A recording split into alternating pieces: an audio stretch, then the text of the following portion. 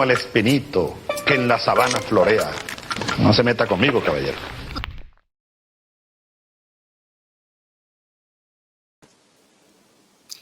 Bienvenidos, bienvenidas. Llegó el lunes y con el inicio de la semana otra emisión de Disputar el Alba, este programa que hacemos en conjunto entre De Raíz, People's Dispatch y Barricada TV para hablar justamente de lo que sucede en nuestra América desde una perspectiva alternativa, crítica, antiimperialista. Y en este caso nos vamos a hablar de México, porque allí se vienen semanas claves, ¿no? Y nosotras tenemos la suerte de tener a la compañera Alina, que estuvo presente este fin de semana en, lo que fue la presentación del último informe del gobierno de Andrés Manuel López Obrador, y que además lo hizo en el Zócalo ante una multitud en la Plaza Central, que aprovechó también ese pueblo para despedirlo, ¿no? Alina, ¿cómo están, compañeras?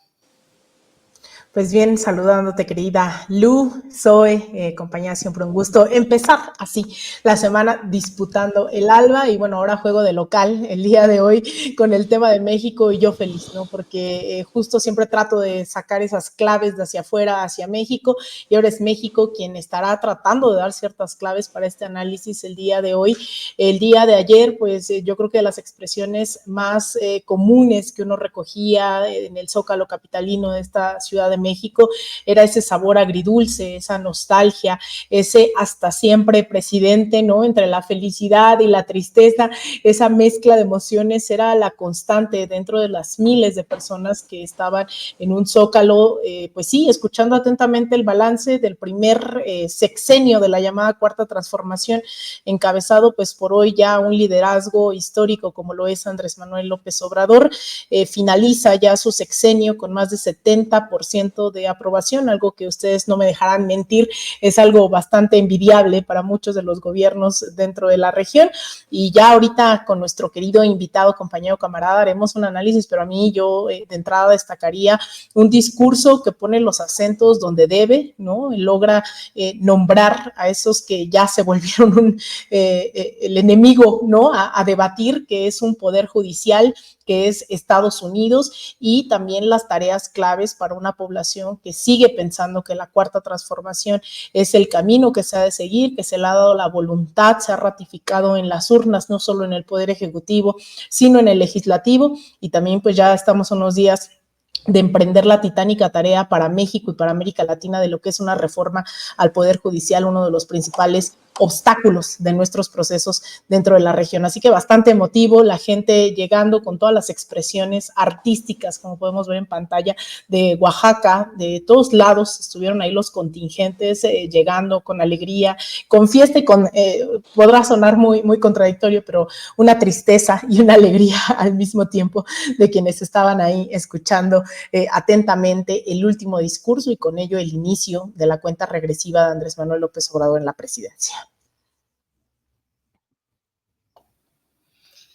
Sí, un presidente que se va, vos decías, ¿no? Con un altísimo nivel de aprobación, pero llega también la presidenta más votada en la historia de México, Alina.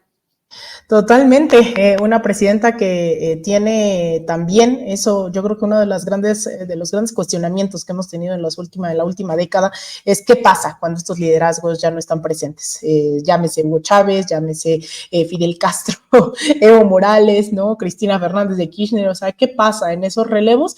Y bueno, ayer también veía yo, para mi sorpresa, pues eso, ¿no? Se materializa no solo la continuidad, digamos, porque toca, sino en realidad pues también un respaldo de la población, pues diciendo vamos ahora con Claudia Sheinbaum, quien logra tener más votos que el propio presidente Andrés Manuel López Obrador en las pasadas elecciones, algo que no necesariamente pues hemos visto en la región, que se ha logrado consolidar, ¿no? Estos liderazgos después de los grandes titanes. Así que pues ya logramos por fin hablar, para bien y para mal, de una sucesión en la Cuarta Transformación, con una presidenta, la más votada en la historia de México, como bien mencionas, Luciana, y con los retos que ello implica en sociedades también muy patriarcales, con unos medios de comunicación brutales en contra de la Cuarta Transformación, un poder judicial yéndose a la yugular, así que fácil no va a estar, pero bueno, ahí empieza ya esta cuenta regresiva, ya estamos a menos de un mes de que asuma la primera presidenta mujer en México. Bueno, si te parece, presentamos a nuestro invitado. Claro que sí, pues tenemos a un gran invitado el día de hoy, a un gran compañero que lo decía de broma y no tan de broma, Fede, hermano, ya eres mexicano. Federico Bonazo, quien nos ha estado también acompañando en programas en De Raíz, pero sobre todo en varios espacios, haciendo estas reflexiones siempre tan puntuales. Fede, bienvenido aquí a Disputar el Alba. Qué gusto estar con ustedes, Zoé, Luciana, Alina, en este espacio de ustedes. Es un orgullo la invitación. Muchas gracias. Y pues empezar preguntándote, querido Fede, pues este balance inevitable, se presenta el último informe de gobierno, empieza esta cuenta regresiva para que AMLO deje Palacio Nacional, asumirá ya Claudia Sheinbaum, y con ello nos hacemos la pregunta en este fin de sexenio, ¿cumplió con esas propuestas? ¿Con qué sabor te quedas a tan solo unos días de que deje la presidencia Andrés Manuel López Obrador? Es difícil ordenar los sentimientos y las ideas porque se mezclan unos con otras. Al analista se le debería exigir una objetividad mínima, un estándar esencial de objetividad para poder reflexionar sobre el speech en el Zócalo el día de ayer, que además es inevitablemente un balance sobre la gestión del sexenio, y al militante de izquierda o al simpatizante de este proceso al que se le llama en México Cuarta Transformación, 4T decimos aquí de manera corta, lo confunden también los sentimientos. Yo vivo en México desde el año 78, imagínate, yo conozco México desde López Portillo y lo que ha sido la progresión de gobiernos priistas autoritarios y después la fallida transición que hubo con Fox, donde las promesas de democracia concebida como mejoramiento en el bienestar de la población nunca se vieron cumplidas. Fue un cambio de maquillaje, pero nunca un cambio de régimen. Aquí yo creo que sin duda se ha ensayado un cambio de régimen, y uso el verbo ensayar porque, bueno, en algunas cosas se ha logrado efectivamente sentar las bases de un cambio de régimen, y en otras vemos deudas y arrastres e inercias, muchas de las cuales no dependen necesariamente ni de la voluntad ni de la capacidad del gobierno que va a dejar ahora el poder el 1 de octubre, sino de inercias muy profundas, muy enraizadas tras décadas de neoliberalismo, como programa no solo político, económico, como una forma de concebir la vida, como programa cultural. El neoliberalismo ha dejado un lastre enorme en la manera en que los ciudadanos se relacionan, en su conducta cívica, en la manera en que conciben la solución a los problemas. El neoliberalismo siempre, y a eso se están dedicando las ultraderechas insistentemente en sus narrativas en este momento, proponía una salida personal, individual, única a los problemas que nos ocupan a todos, desarmando la respuesta colectiva. El obradorismo representa un regreso a la noción de respuesta colectiva como única medida de cooperación esencial para resolver tantos problemas que tenemos como región latinoamericana, como tiene México en particular, siendo además vecino de esos muchachos de ahí arriba que no dejan nunca de meter el pie, la mano, el corazón, las opiniones y todo lo que puedan meter en nuestro territorio.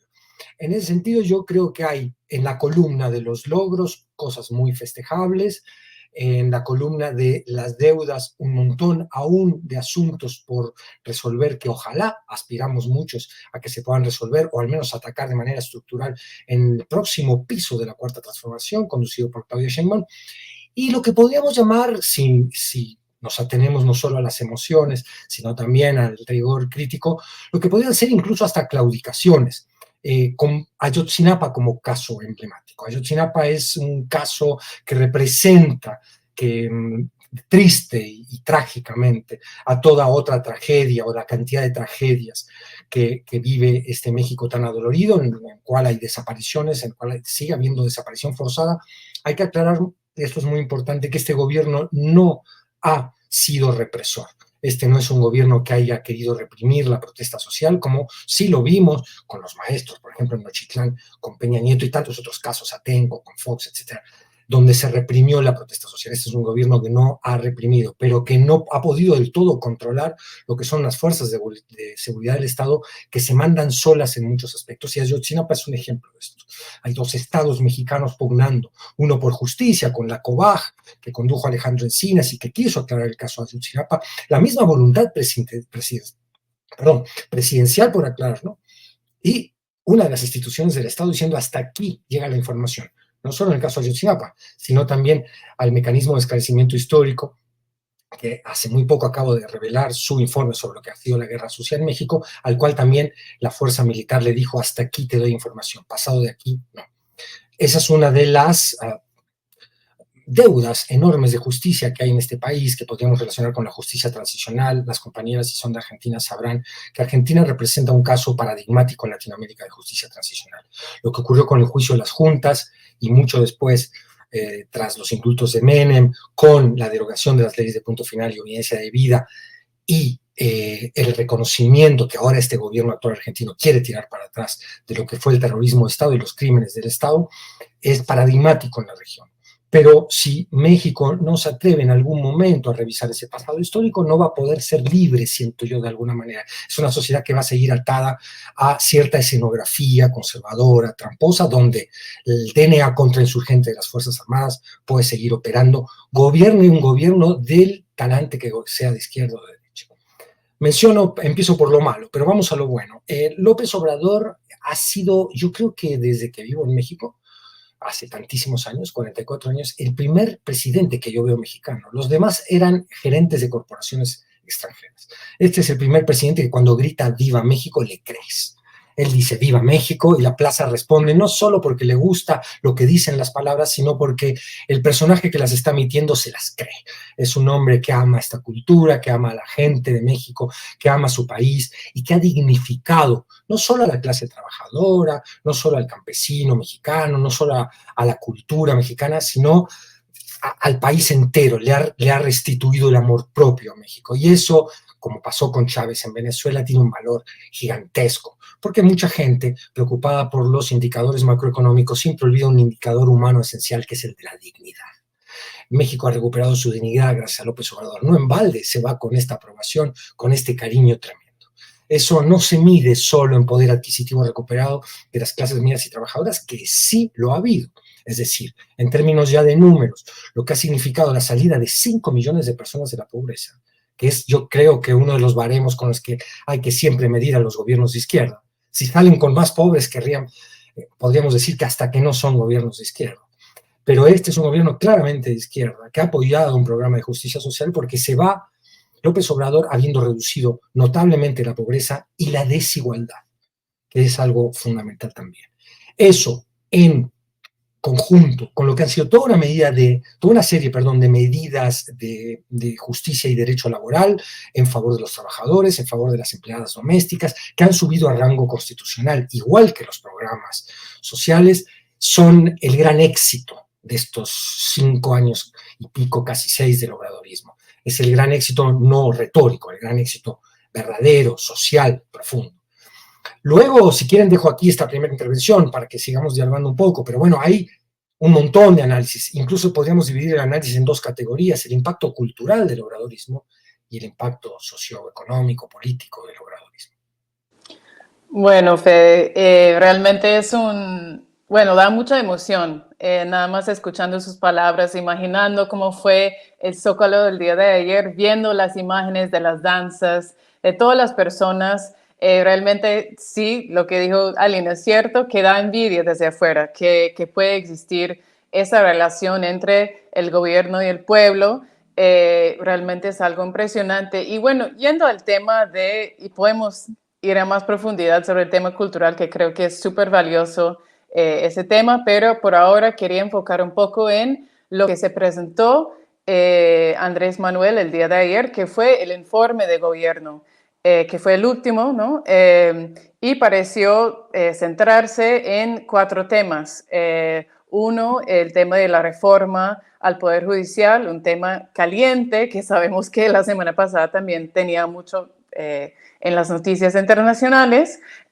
Otro punto relacionado con ese tema de mandando un mensaje fuerte a Estados Unidos, apoyar a Claudia, otro tema clave de ese discurso, y también ¿no? de reiterar la tarea importante que tiene todos los militantes y las militantes de Morena, y también a la propia Claudia Sheinbaum. ¿Puedes elaborar un poco sobre cómo fue ese discurso, de qué se trató, todos esos puntos que son claves ahora para la política y la sociedad mexicana? Claro.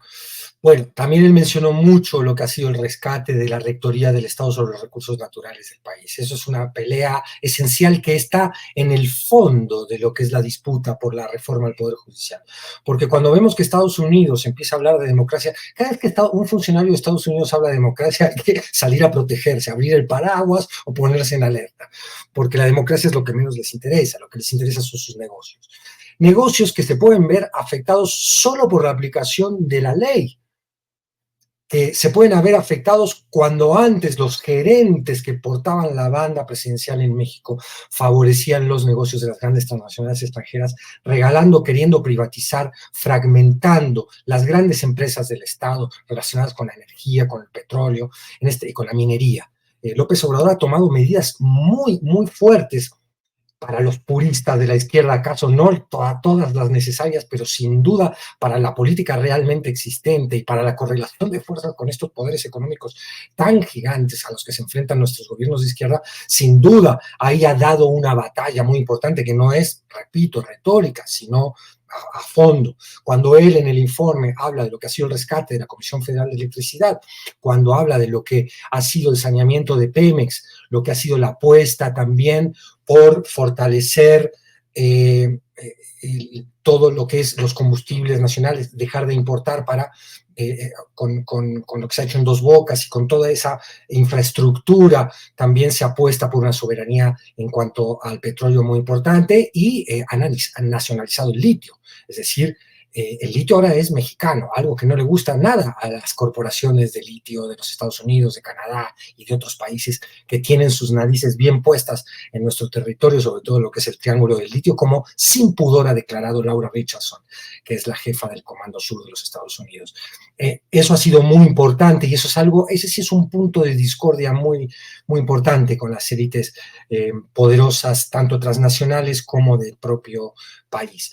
Luego, en cuanto a lo que tú comentabas del Poder Judicial, es la gran bandera de él. Él ha entendido que políticamente es el bastión, el Poder Judicial, el último bastión de resistencia de una mentalidad conservadora, de un sistema de privilegios de las élites mexicanas, enquistada en un Poder Judicial al que últimamente se han encargado muchos de sus protagonistas, empezando por la ministra de la Suprema Corte de Justicia, Norma Piña, de desprestigiar de manera ya impúdica también, con una serie de maniobras donde está habiendo ellos que dicen defender la separación de poderes, se están metiendo con el poder legislativo, diciéndole qué puede debatir el Congreso y qué no, lo cual ha sido hasta por los propios juristas de la derecha descartado en estas últimas maniobras desesperadas de un Poder Judicial que se aferra a una serie de privilegios y se aferra a algo que no va a poder solucionar, que es el desbaratamiento de la escenografía que lo mantenía en pie.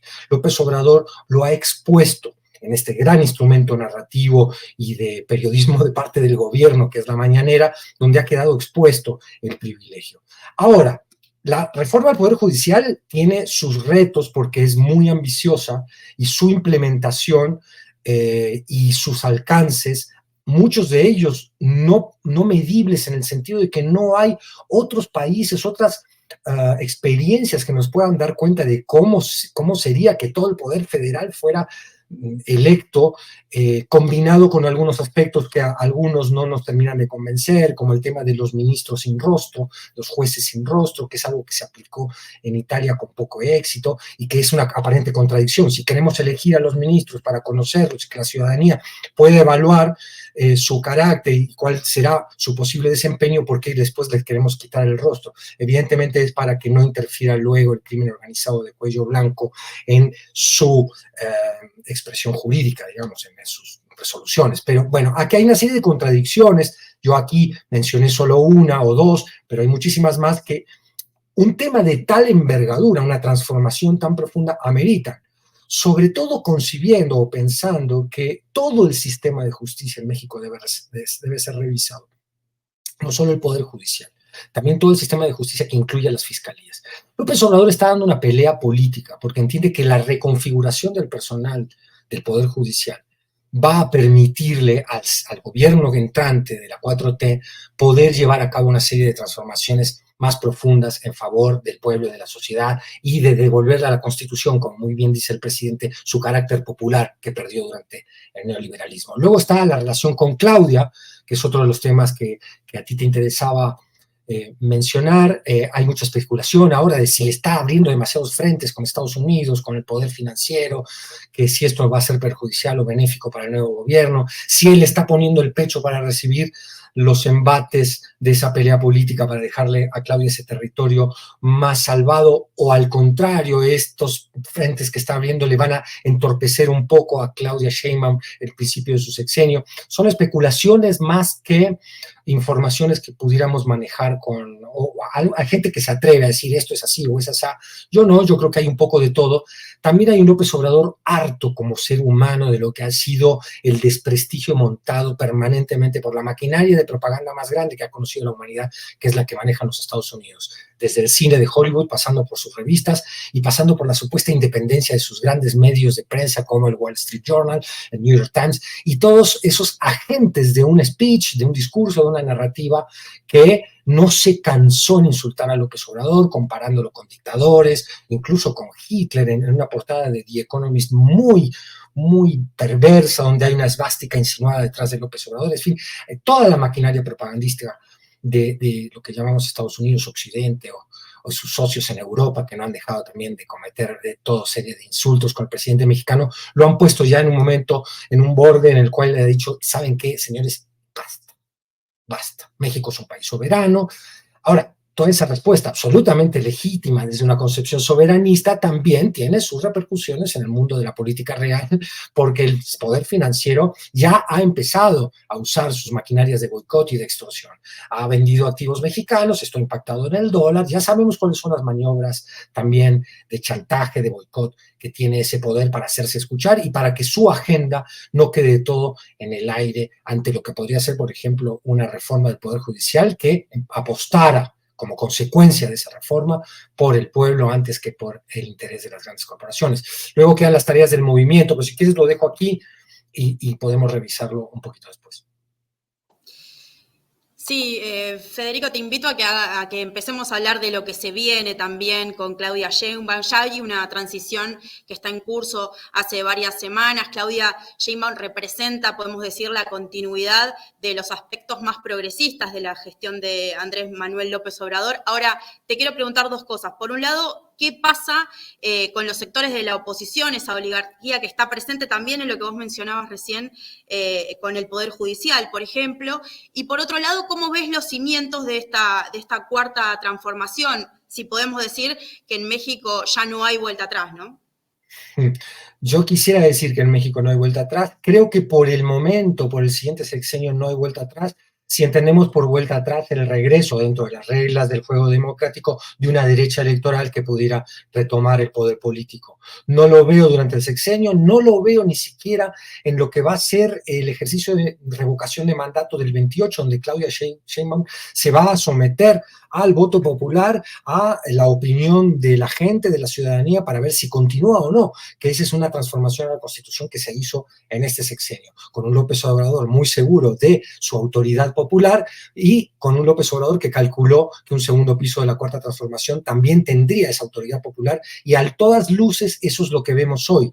Sin embargo, con la derecha no habría que confiarse. Yo veo que hay un tema que es el de la seguridad pública o la inseguridad, como queramos verlo. Lo acosada que vive gran parte de la ciudadanía, de la población en México, comunidades que han tenido que desplazarse en Chiapas, no solo en Chiapas, en tantas otras partes del territorio mexicano, porque el acoso del narcotráfico, del crimen organizado, es bestial. Ya tiene un impacto territorial, cultural, de enorme violencia, donde el Estado no ha podido, por la magnitud del problema uno y después porque ha reconfigurado o está reconfigurando sus fuerzas de seguridad, dar la respuesta que la población o que la situación exige. Hay una crisis humanitaria en México y yo creo que mal haría la 4T en no reconocerlo. Hay cientos de miles de desaparecidos que no se le pueden adjudicar al gobierno, pero que son una realidad que lacera, que lastima a la población. Por allí se puede colar la derecha. Cuando la 4T, en su apuesta por atacar las causas estructurales del crimen organizado, de la cooptación de la juventud, de tanta población marginal que termina en las garras del crimen organizado porque es la única opción que tiene, o emigrar para ver una pequeña mejoría o para sobrevivir, porque a veces te secuestran y te obligan a formar parte de los ejércitos del crimen organizado. Es decir, ese drama terrible, la 4T ha apostado por atacar las causas, atacando la pobreza, dándole oportunidad a los jóvenes, con becas, con universidades, con la apuesta que ha hecho en este sexenio, que tiene que profundizarse en el siguiente, pero que no ha resuelto el día a día todavía, que no ha podido resolver la demanda más que legítima de tantas personas en este país, porque el ejército aparezca, porque la Guardia Nacional se haga presente, porque el crimen organizado no les quite la vivienda, no los haga pagar a los micro y pequeños empresarios un derecho de piso que desgasta cualquier emprendimiento. Y la afectación que tiene sobre la economía esta situación es enorme. Si eso no se soluciona o no da avisos de empezar a solucionarse de manera un poquito más inmediata y puntual, por allí se colará el buquelismo mexicano. Por allí se colará la derecha con su discurso y su retórica, la derecha culpable de esta situación, porque no olvidemos el gobierno de Calderón, que en gran parte desató la condición actual de guerra que hay entre el narco y el Estado. Eso, si no se soluciona, va a dar pie, sin duda, a un regreso de la oposición. No olvidemos que aquí, aunque ha arrasado Claudia Sheinbaum, hay millones de mexicanos, 15 millones por lo menos, que odian. ¿Sí? Odian, no es que están en contra de la 4T, odian a López Obrador. Se han tragado el discurso de que es un narcopresidente. Dicen que han salido a defender la democracia, pero en todas las marchas de la marea rosa, que es este color que une a la oposición en México, lo que brota es el clasismo, el racismo, el supremacismo herido de las élites poderosas de este país. Y ese odio va a tener una representación política, no nos quepa la menor duda. Para colmo, esa representación política ni siquiera va a apostar por una democracia liberal, como hubiera sido la apuesta del PAN, que ya estaba coqueteando con la ultraderecha final y ahora cada vez más, porque han sido regañados por Agustín Laje, Cayetana Álvarez y todos los ideólogos de la derecha mundial, Steve Bannon, que han venido a regañarlos y están bien regañaditos diciendo no, hay que pasarnos a la ultraderecha para poder tener algún tipo de impacto electoral. Por ahí se puede colar un discurso peligroso. En ese mismo sentido, Fede, tal vez, hay mucha gente que nos estará viendo de diferentes latitudes, eso esperamos, tanto del sur del continente, México, y otros tantos más al norte, al este y al oeste. Sí hacer y pedirte a lo mejor, si coincides con esta radiografía que suelo hacer también, que es hablar en derechas en plural. Y en ese sentido está, por un lado, este Poder Judicial, que me queda claro jugará un rol importantísimo, al menos en las próximas semanas, ya que ahora pues parece ser, ya es una realidad, algo que se miraba tan distante, pues la reforma judicial va, y eso pone un pésimo ejemplo para toda América Latina, que ha sido uno de los grandes obstáculos contra las izquierdas en todo el continente. Mientras grabamos esto, pues está el juicio de Daniel Jadwe en Chile, ¿no? Con quien también pues abiertamente nos solidarizamos, que es uno de los grandes perseguidos políticos hoy en la región. También están las derechas electorales, que efectivamente en lo electoral están muy derrotadas, están unas derechas mucho más a la derecha en el caso de CIPAC, esta conferencia de acción conservadora que bien lo dices, vino hace unas semanas a decir y a poner orden porque no son suficientemente de derecha, y bueno, habrá otras que todavía no serán, no sé si ya son nombradas del todo, pero estas derechas mediáticas que creo que hay que seguirlas visibilizando, seguirlas nombrando y seguirlas responsabilizando por estos discursos de odio. Pero ¿cuál crees que es ahorita el estatus de estas derechas en correlación a la cuarta transformación, tanto a lo interno, también hay que decirlo, como a lo externo de esa 4T? Creo que así como en la Argentina lo que se llama la batalla cultural fue ganada por la derecha, con ese promotor de las ideas de la ultraderecha que fue Javier Milei, que estuvo puesto allí para dar la batalla cultural y terminó ganando de paso la batalla presidencial, es muy diferente a lo que ha ocurrido en México. En México casi como, bueno, hay otros países sin duda donde se ha resistido, pero creo que la manera en que ha resistido México, y sin duda teniendo al presidente López Obrador como el principal comunicador de esa resistencia, a través de la mañanera, herramienta fascinante que ya es motivo de estudio de politólogos, sociólogos, comunicadores, es notable. En México se ha corrido la agenda pública, la deliberación pública, el debate hacia la izquierda. Hay un montón de costumbres y de posicionamientos que hoy se ven muy mal en México, y eso lo pagó esta derecha híbrida que no supo cómo posicionarse, porque Xochitl Gálvez dijo que era trotskista, que era indigenista, que estaba a favor del aborto, luego que no estaba a favor del aborto, perdió la identidad porque la agenda se corrió a la izquierda. Todo aquel que tuviera algún viso de haber sido corrupto durante la administración pública, como era el caso de Taboada, que peleaba por la gobernatura de la Ciudad de México, también quedó muy desarmado. Es decir, el speech del presidente, la narrativa presidencial que hemos visto en la mañanera, con narrativa no queremos decir un relato que no se condiga con la evidencia, con la realidad o con nuestras aspiraciones éticas, todo lo contrario. Con narrativa me refiero a la denuncia acompañada de programa que vimos en la mañanera, ayudó muchísimo a que aquí la discusión desbaratara a la derecha. Ahora, si tú, que es un poco la tarea que hago yo, en las redes sociales, en la deliberación pública, interactúas con gente de derecha, te das cuenta que existen, que tienen ánimo revanchista, que se tragan muchas de las falacias. El presidente dijo una frase genial, para mí la más destacable, que dijo que el discurso de la derecha es una retacería de sofismas. Brillante descripción de lo que es la construcción narrativa de la derecha, una retacería de sofismas. Así es, pero esa retacería de sofismas tiene un impacto en muchísima gente, y en muchísima gente que alguna no disimula su clasismo y el revanchismo que viene aparejado a ese clasismo herido, y otra que no, que cree que realmente está defendiendo la causa socialdemócrata, que defender el poder judicial, la separación de poderes y la independencia es realmente la causa a defender, cuando no está viendo el avance de ultraderechas muy poderosas en el mundo y en la región, que indican que la mayor amenaza a la democracia no viene de nuestras derivas autoritarias de la izquierda, sino viene de una derecha que ha desconocido procesos electorales como desconoció Trump en Estados Unidos y como desconoció Bolsonaro en Brasil. Esa es una derecha profundamente antidemocrática que está convenciendo a parte de la población de que viene a defender la democracia. Algo absurdo, digamos, absolutamente inverosímil y que sin embargo pega. Es como la gente que cree que Milei defiende la libertad o defiende la propiedad privada. Milei es uno de los agresores más importantes que ha habido a la propiedad privada y a la libertad en Argentina desde la dictadura militar, y en algunas cosas peor.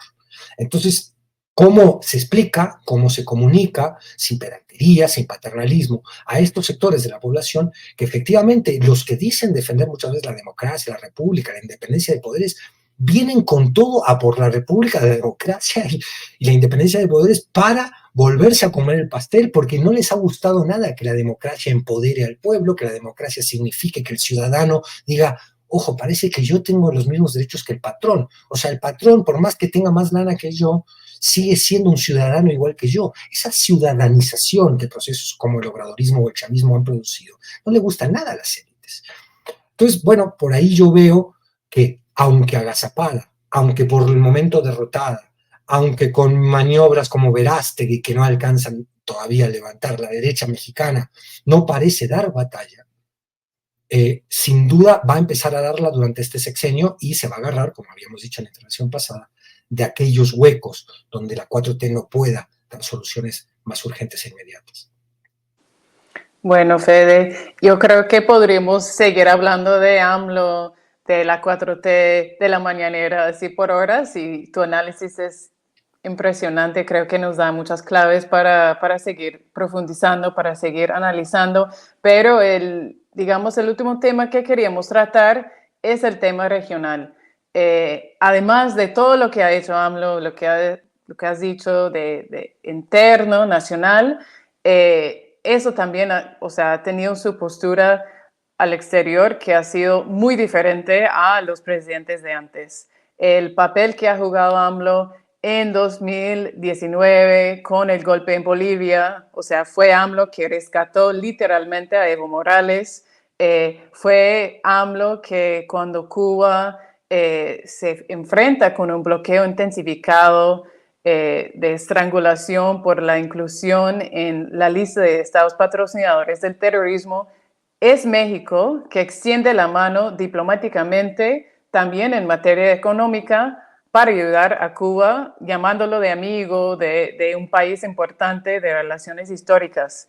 Y también ha sido México que ha enfrentado la política de Estados Unidos en la región. También podemos hablar de muchas más. Quería invitarte a que comentaras sobre esa transformación de la política exterior mexicana en ese mandato, ese sexenio de Andrés Manuel. Sí, sin duda, mirando a la región, ha estado en momentos clave de la historia reciente de nuestro continente, como tú muy bien lo señalabas con Evo, y yo diría también con Dina Boluarte. Yo creo que hay una diferencia crucial en nuestras izquierdas cuando un proyecto supuestamente de izquierda como el de Boric reconoce a una violentadora del orden constitucional como ha sido Dina Boluarte. Eso me parece que es un retroceso. Ha entendido y identificado con la honestidad y con la manera de ser él tan directa que tiene, dónde están los rivales y dónde están los amigos y qué se debería apoyar. Su crítica a la OEA ha sido muy importante, su intento de reforzamiento de otras instancias de organización continental como el CELAC han sido también muy importantes. México ha jugado un rol allí clave, con un par de situaciones que mi afán o mi, no sé cómo llamarlo, mi necesidad de intentar ser objetivo, no puedo evitar no mencionar dos puntos en los cuales yo siento que la política exterior mexicana tiene una deuda. Uno de ellos es el caso del genocidio en Gaza. Yo entiendo que México está atado a su relación comercial con los Estados Unidos, y lo cual genera una relación política con los Estados Unidos. Pero aunque ha habido denuncia, aunque se ha apoyado las medidas de la Corte Penal Internacional y de la Corte Internacional de Justicia de las Naciones Unidas, México no ha tenido la dureza que ha tenido en otros de estos casos, donde ha denunciado directamente los golpes de Estado, el caso de Evo Morales, o lo que intentaron hacer Arévalo en Guatemala también, o su apoyo a Xiomara Castro, que ha sido muy importante en la región de Centroamérica, no hay que olvidarlo, el papel de México allí también ha sido muy importante. En este caso paradigmático, ¿y por qué paradigmático? Porque no está muy lejos Gaza, ni Medio Oriente, ni Israel, ni lo que está sucediendo allí, está muy cerca. No solo nos lastima porque son crímenes que lastiman a la humanidad, sino que es una señal nefasta y terrible de lo que el poder de una ultraderecha que siente que es dueña de los recursos de los otros, del poder militar, y que es aceptada o no suficientemente desafiada por el derecho internacional y el orden internacional, puede hacer lo que quiera, es una pésima señal para la humanidad. Y ahí México debería haber sido, creo yo, un poquito más fuerte y contundente, intentando eludir la confrontación que la denuncia del genocidio le hubiera producido con los Estados Unidos. Pero ahí hay una diferencia con la postura de Colombia, con Petro, por ejemplo. Y otro caso es el tema de la política migratoria mexicana, que también ha estado un poquito condicionada por lo que son las relaciones con los Estados Unidos. Cuando Trump llegó al poder, en los primeros años en que convivió Trump con López Obrador, ambos en la gestión política de sus países, vimos cierta extorsión, o quitemos la palabra cierta, ¿no? Y que cambió una política migratoria mexicana que había empezado muy bien, con no solo gente que venía de los derechos humanos y que comprendía el problema y que iba a proponer otro tipo de de política migratoria, vimos allí un cambio que también nos desagradó. Pero sin duda, López Obrador ha representado un liderazgo de izquierda importante en el continente. Su actitud reciente con el caso de Venezuela es el mejor ejemplo, quizás, ¿no? Ha sido el más prudente, ha sido el que ha propuesto a todos los líderes de la izquierda latinoamericana, algunos de los cuales han brincado antes de tiempo, a decirles serenidad y prudencia. Si confiamos en las instituciones electorales de otros países, ¿por qué no vamos a confiar en las venezolanas? Confiemos primero en el pueblo, en las instituciones venezolanas, y luego hagamos las revisiones que queramos, pero sin caer en los chantajes ni de la OEA ni de los intereses de los Estados Unidos. Ahí ha jugado un rol fundamental, diría yo, en tiempos recientes López Obrador. Bueno, Fede, me sumo a esto de que podemos hablar de esto miles de horas, porque además lo merece, ¿no? Y creo que parte de este espacio de disputa es justamente estar viendo ese estatus de la correlación de fuerzas de las izquierdas, los grandes pendientes que tú has también matizado, porque a veces creo que, y sobre todo aquí en los últimos días, a propósito del encuentro de comunicadores, se ha tratado de hacer parecer que o estás a favor o estás en contra, como si el proyecto estuviera libre de tensiones, de disputas, de contradicciones. Entonces, pues yo creo que tenemos que hacer una segunda edición con el querido Fede Bonazo y te estaremos dando mucha lata, sea en Barricada TV, en People's Dispatch, aquí en De Raíz, así que pues te agradezco infinitamente, querido Fede, que hayas estado con nosotras el día de hoy. ¿Con qué te despides? Yo soy el agradecido por estar en un espacio como este, valora tanto lo que ustedes hacen, valoro tanto lo que todos estos espacios representan, creo que se vale el periodismo activista de izquierda, siempre y cuando, como hacen ustedes y como hacen todos estos nuevos espacios que se están consolidando, seamos fieles a la evidencia, nunca caigamos en la trampa de la posverdad, porque eso es de la derecha. La mentira, la tergiversación de la realidad, el intentar barrer debajo de la alfombra los problemas que debemos enfrentar y la autocrítica y la crítica que nunca debemos dejar como horizonte filosófico, como manera de mejorar, porque sin ella no podemos mejorar, deben estar siempre presentes. Yo soy el que se siente honrado, feliz de volver a participar, por supuesto, en cualquier charla con ustedes, compañeras.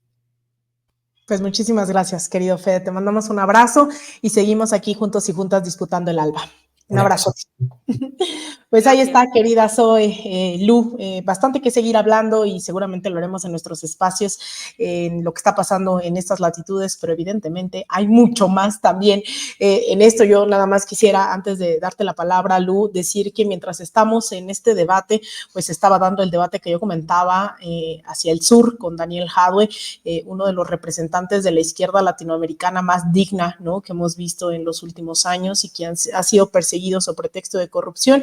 Y bueno, ha sido un tribunal chileno quien ya decidió reemplazar esta medida cautelar de prisión preventiva por arresto domiciliario y arraigo nacional. Pues ha sido una persecución totalmente, pues no solamente ilegal, sino ilegítima, que tiene que ver con este debate que estábamos diciendo aquí en México, la necesidad de reformar y de poner al Poder Judicial al servicio de los pueblos, de las causas, de la justicia social, y pues eso representa a Daniel Jadwe y por eso ese nivel de persecución. Pero también varias cosas están pasando ahí en Argentina. Lamentablemente son muchos los casos, Lu, así que pues vamos directamente contigo.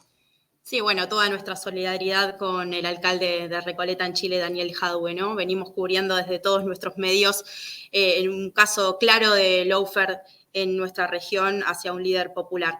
Vamos al sur, entonces, de nuestro continente. Vamos a hablar un poquito de lo que está sucediendo en Argentina. Veníamos comentando en la última emisión justamente de Disputar el Alba este contexto de recesión, licuación de los ingresos en nuestro país, donde los únicos beneficiarios son las grandes empresas, los capitales internacionales y los grandes especuladores. Bueno, hoy se suma que se publica un decreto de necesidad de urgencia donde el gobierno establece el veto a la movilidad jubilatoria, una movilidad jubilatoria que había sido votada por ambas cámaras, por la Cámara de Diputados y Senadores, por amplia mayoría. ¿Qué es lo que prohíbe Milei con este veto, con esta decisión? Bueno, elimina justamente el incremento del 8% para los jubilados y jubiladas, nada más que el 8%. Por otro lado, descarta la implementación de una nueva fórmula de cálculo justamente para estos ingresos de los jubilados y las jubiladas, para que los saberes se ajusten por inflación. Es decir, no es que los jubilados van a ganar más con este incremento o iban a ganar más con este incremento, sino que no van a perder ante la suba de los precios de las tarifas a los servicios, de la alimentación y de la salud, entre otras cosas. Y por otro lado, también elimina la posibilidad de que en marzo de cada año se habilite otra suba por el 50% con un índice de variación salarial. ¿Cuál es la justificación que tiene el gobierno de Milei? Bueno, el texto del decreto de necesidad de urgencia dice que, bueno, además es parte del argumento con el que el gobierno viene arrasando con los ingresos de los trabajadores y trabajadoras, dice que esta ley no contempla el impacto fiscal de la medida, ni tampoco determina cuál va a ser la fuente del financiamiento de este incremento para los adultos mayores. Es decir, que los que menos ganan siguen siendo los que justamente aguantan sobre sus espaldas el costo del ajuste que viene a hacer Javier Milei en nuestro país. Para que tengan una idea, compañeras, en agosto de este año, en el caso de la jubilación mínima, los jubilados y jubiladas cobraron 225.000 pesos, que son $245, y tienen un bono extraordinario de algo así como $70. Esa es la jubilación mínima en nuestro país. Y seguramente lo vieron porque recorrió varios medios, inclusive medios alternativos como los que integramos nosotras. La semana pasada, como muchos miércoles, los jubilados y los pensionados salieron a la calle justamente para visibilizar esta situación, para denunciar que no solo pasan hambre, sino que además les quitaron 44 de los medicamentos que tenían en la cobertura al 100% por parte de PAMI, que es la obra social estatal de los jubilados, y allí fueron brutalmente reprimidos. Ahí lo estamos viendo en imágenes. La policía avanzó sobre estas personas con un cinismo total mientras avanza justamente esta brutal transferencia de ingresos de los bolsillos de las clases trabajadoras a los sectores más concentrados. De todos modos, este miércoles ya anunciaron, vuelven a salir a la calle. Creo que la protesta justamente va a tomar mayor dimensión luego de esta represión y de este veto tan inhumano. Por último, contarles cómo sigue esto, ¿no? Tras el veto presidencial que tuvo el proyecto, vuelve a diputados. Es el Parlamento el que tiene que insistir para que se vuelva a tratar, y si consigue los 2/3, como ya sucedió anteriormente, vuelve al Senado. Y en esta instancia ya el presidente no puede hacer uso del veto, ¿no? Bueno, nos seguimos preguntando desde aquí cuál va a ser la tolerancia al ajuste que tiene este pueblo argentino, ¿no? Si finalmente vamos a lograr volver a salir a las calles con participación, con movilización de la ciudadanía para reaccionar y para ponerle freno a este proyecto en la calle. Bueno, justamente esas imágenes son impactantes, ¿no? De la población de personas mayores siendo atacados, reprimidos. Bueno, vamos a pasar a otra latitud, otro contexto, pero siempre con el mismo hilo que antes. Vamos a Honduras, que la semana pasada en Honduras fue turbulenta, para decirlo así, un poco parecido a algunos acontecimientos, digamos, que pasaron en México la semana pasada. Pues vimos nada más y nada menos que la embajadora estadounidense en Tegucigalpa haciendo declaraciones a los medios de comunicación hondureños diciendo que le pareció curioso y decepcionante que un oficial hondureño se había reunido con, digamos, el Padrino López de Venezuela, que es el comandante de las Fuerzas Armadas, el general, perdón, de las Fuerzas Armadas, que se reunieron una semana en agosto. Ella dice que me parece decepcionante porque Vladimir Padrino López está en la lista de personas relacionadas con el narcotráfico. Eso dice a unos medios de comunicación diciendo, y yo sé que Xiomara Castro está súper comprometida con la lucha contra el narcotráfico, entonces, ¿cómo así? ¿Qué pudo estar algunos de los miembros de su gobierno con, para decirlo así, narcotraficantes?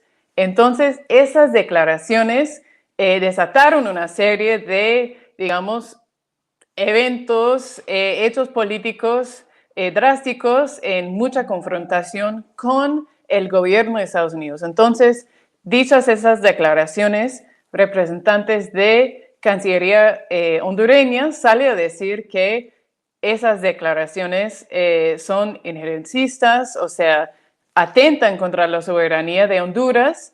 Y a pocas horas, la presidenta de Honduras, Xiomara Castro, anuncia que va a ordenar a su canciller a suspender, a denunciar el tratado de extradición que tiene Honduras con Estados Unidos. Ese anuncio también fue recibido por la derecha hondureña con mucho rechazo.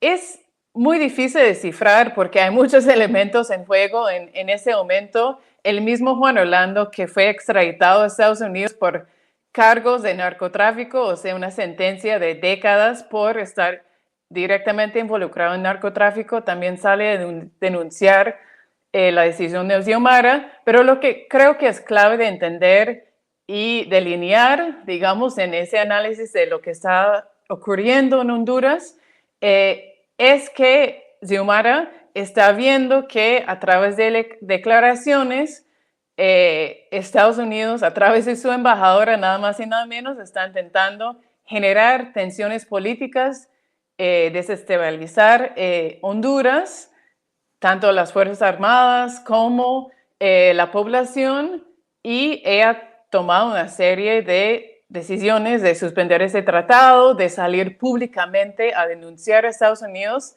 por su actitud y por lo que dice ella, un plan de golpe. No dice que el golpe está en curso, pero dice que hay un plan de golpe. Sabemos que el próximo año hay elecciones en Honduras y Rixi Moncada, que ahora fue nombrada como secretaria de Defensa por también esa semana turbulenta porque se renunció Carlos Zelaya porque la derecha saca un video de hace 10 años en que supuestamente él se ha reunido con narcotráficos. En fin, sabemos que hay mucho en juego en Honduras. O sea, en 2021, Alina y yo estábamos cubriendo las elecciones. La derecha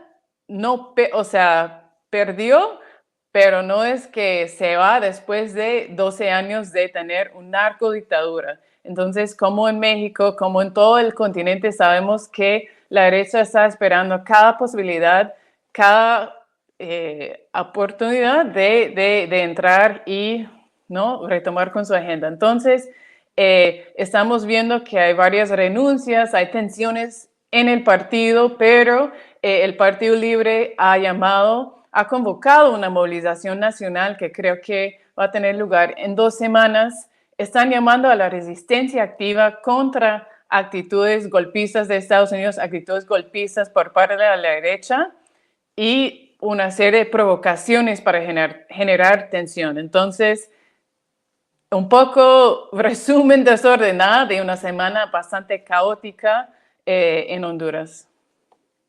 Y por eso esa necesidad de reiterar nuevamente este debate sobre el Poder Judicial y el imperialismo estadounidense, porque podría yo cambiarle los nombres a la narración que nos ha hecho Zoe y estaríamos hablando exactamente de lo que está pasando en México, cómo es que tocar al Poder Judicial aquí ha hecho que el propio embajador de Estados Unidos venga a respaldar y a criticar y a meterse, ¿no? Y Andrés Manuel suspenda esas relaciones con la embajada, lo que ello signifique, porque no es formalmente, ¿no?, como un concepto, pero sí marcarles un alto, ver a las grandes oligarquías, a los empresarios sacando aquí tiro por viaje comunicados en contra de la reforma al Poder Judicial, o de plano algo que pasó muy de noche en esta semana, que fue que el Poder Judicial, la Suprema Corte de la Nación aquí en México, aceptó un recurso para intentar que en caso de que se aprobara la reforma al Poder Judicial no pudiese llevarse a cabo en los estados, ¿no? Es decir, y se le conoce como un golpe técnico. El golpismo a todo lo que da. Y Honduras, lamentablemente, es la historia de los últimos años que se materializó en aquel golpe de Estado en el año 2009 y que después de más de una década logran restituir la democracia y van a contracorriente, ¿no? Y ahorita que decías esto de las elecciones hoy, las elecciones fueron profundamente tensas, ¿no? La gente estaba dispuesta a salir a las calles a defender cada uno de esos votos, así dieran su vida, porque ya habían sido reprimidos, ya habían sido asesinados varios de ellos.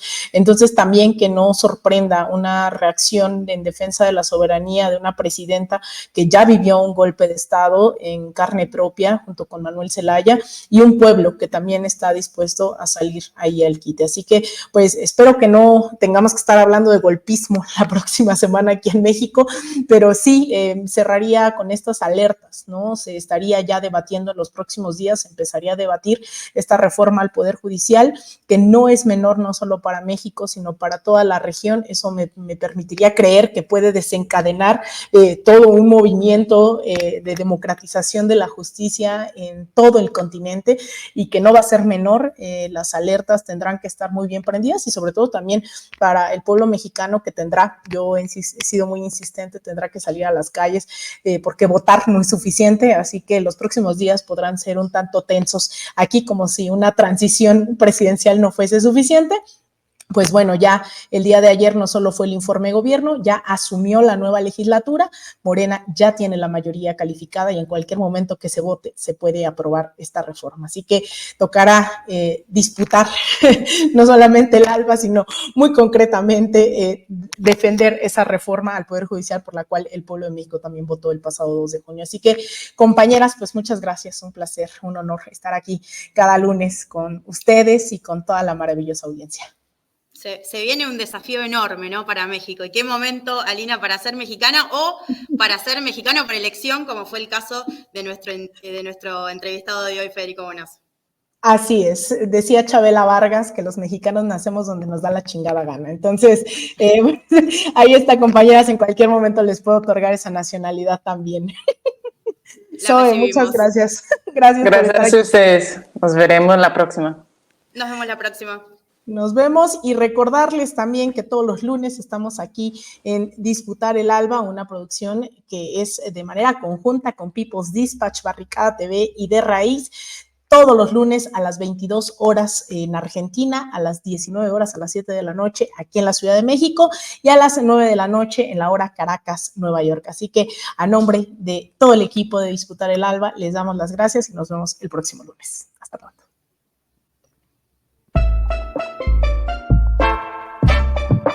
¡Váyanse al carajo, yanquis de mierda! ¡Que aquí hay un pueblo digno! Estaré en la primera línea. Yo soy como el espinito que en la sabana florea. No se meta conmigo, caballero.